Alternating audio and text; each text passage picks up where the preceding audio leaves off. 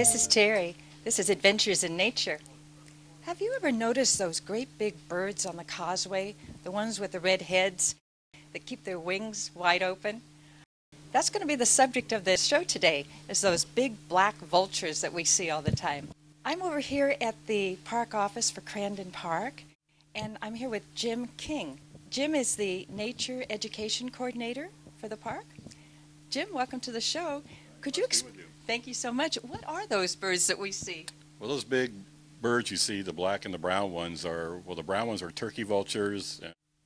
And they have a red head. Is that why they call them turkey vultures? The turkey vulture is the one that has the red head.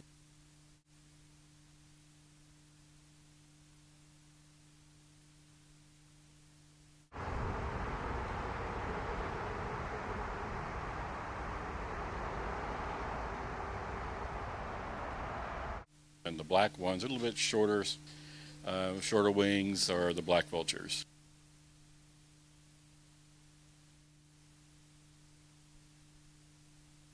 The black vulture has actually a black head.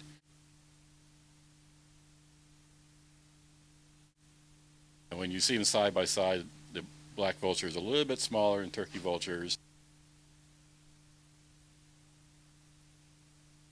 And when you see them flying side by side, turkey vultures have their wings sort of like a V shape, and the black vultures' wings are flat. And when they fly, you see turkey vultures doing more of the soaring around the area.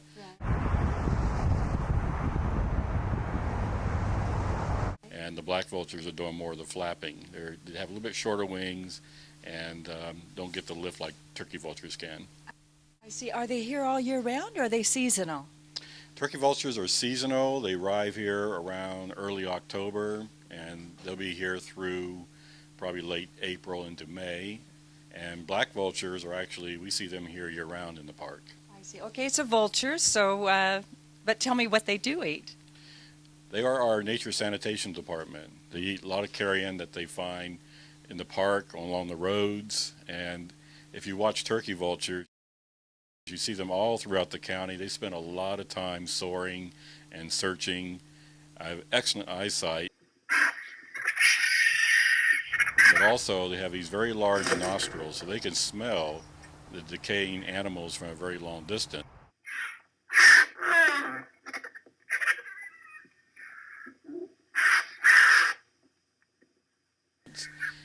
The black vulture actually is a little bit more lazier, and that it doesn't spend as much time in the air, but it watches turkey vultures.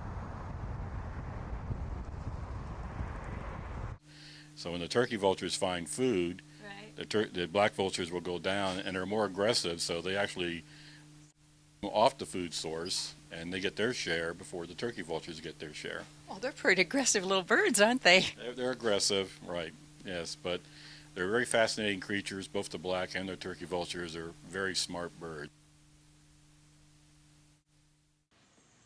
In our clip here, the black vulture has taken over, and the turkey vultures stand back and just watching the aggressive little black vulture feed to his heart's content.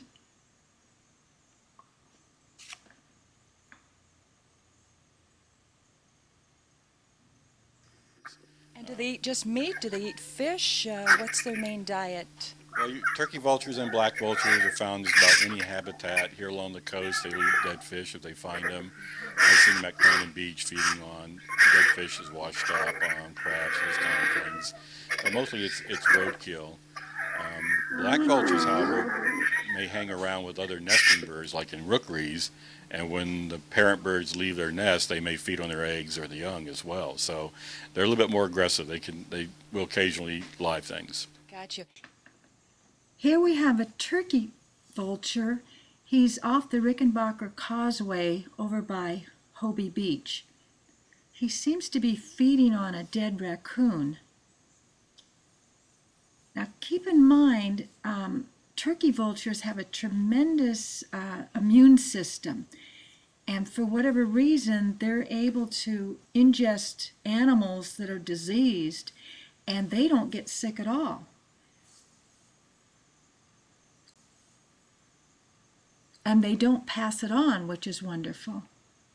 So they are the garbage collectors of our earth. And that's why they're so important.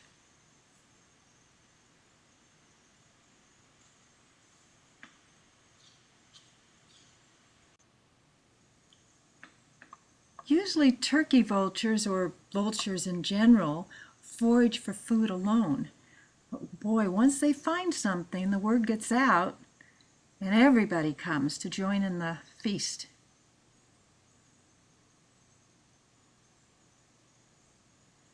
Now the turkey vulture's sense of smell is 3 times that of the smaller black vulture that we have here year-round. Maybe that's why the black vulture has become a little bit more aggressive in grabbing the food away from the turkey vulture, because the black vultures, their sense of smell isn't so strong, and it must be a little tougher for them to find the food and the roadkill.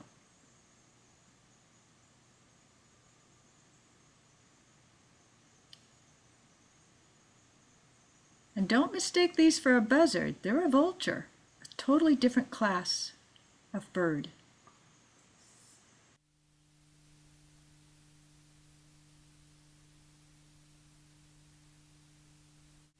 And then I see them on the causeway a lot. They seem to be on those, the light, and they have their wings wide open. Why is that? Well, they like high places for one thing, but in the morning when it's still cool and damp, they hold their wings out to start warming their body up. And in their wings, it's very rich in blood vessels, so there's absorbing all that solar energy, warming their body up, and by late morning, also as the earth starts heating up, you get thermals, and they're ready to take off and fly. I see. And then I always see them soaring. I think that's so beautiful. You mentioned that the brown ones do more soaring than... Actually, it's the turkey vulture, which is the brown one. When you look at them underneath, their underneath wings look kind of grayish, but they do more soaring because the shape of the wing being V actually gets up more lift. So they can get very high up into the air, and they have a lot more area they can cover. And also with great eyesight and good smell, they can find more food. Sure. And they're beautiful from those big buildings. It seems like in Miami you can look out and just see them soaring around in circles.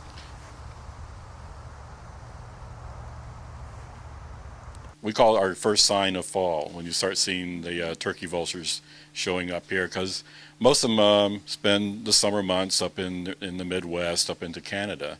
So as the weather starts cooling off up there, then they, like most visitors that come to South Florida, they come down here to get out of the cold. Black vultures sometimes will step in cold areas, so they're a little bit more adaptable. And when they're soaring, are they looking for food? Are they observing the terrain, or what are they doing when they're doing that? They're actually looking for food, and these are birds that seem to be adapting to our urban area. And again, when you think about roadkill, the number of animals you find killed on the roads, there's plenty of food for them. Also, they like to feed in the landfills.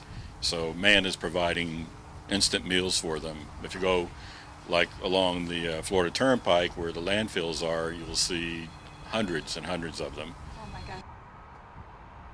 Do you think their numbers are increasing over the years, or staying the same, or we're just noticing them more? I think we're noticing more. The staff who have been coming to work here for months, for actually many years, thinks there's less turkey vultures and seeing more black vultures. But I think it's from seasonal to seasonal. I do know nationwide black vultures seem to be increasing in numbers. In fact, in some cities they're becoming pests. Oh, that's not too good. That's right. Are they dangerous at all? Because I know sometimes I walk by and they just stand there wherever they are, at a fence post or whatever. They stand there, but are they aggressive at all toward humans? No, they're not aggressive at all. In fact, black vultures have become more domesticated. They like to hang around with people here, especially here in the park. If anything, if you get close to them, they may hiss at you. Yes.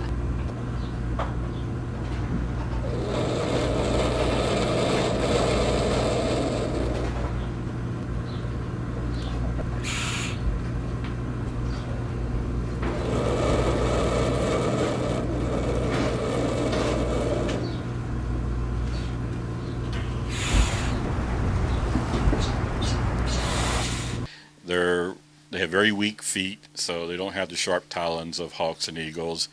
Even though they have a hooked bill, it's also kind of weak, not designed for attacking and biting, and because they're designed for eating the decaying flesh. Right. So it's not dangerous for a small cat or a dog or anything because they like something that's already been killed or dying, I suppose. Exactly. I don't think we have to worry about vultures attacking any of our domestic animals.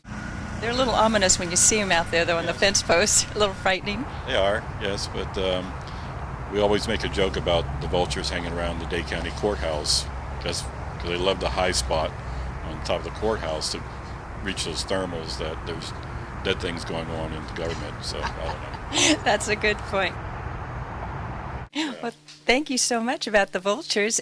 Is there anything we need to know when we look for them? The sightings or anything we need to know about the vultures? I think you just enjoy their beauty. I know when you get up close, they're not the prettiest animal to look at, but they are masters of flight, especially turkey vultures. And I get a lot of questions why there's no feathers on their head. But when you think about that they're always feeding on dead things and it's hard to maintain, and also keeping the feathers maintained is very important to birds. So you'll notice that vultures don't have feathers on their head for that purpose. That's right, and they're always preening, it seems. That's part of what birds just do. Yes. And then when you said when they leave, when do they leave before summer?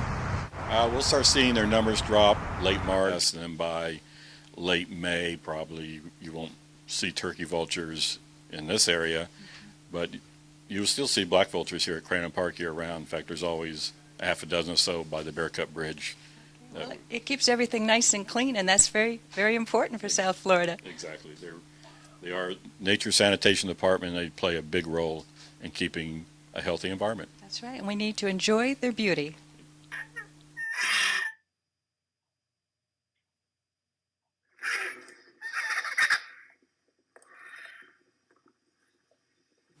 It's certainly been a pleasure speaking with Jim King today. I hope you learned something. I know I did. Just seeing those beautiful birds, now I understand them a little bit more and understand why we need them so badly, because they do keep our grounds very clean. So this is Adventures in Nature. When you get out, look at the vultures, enjoy them, and now we all know a little bit more about them.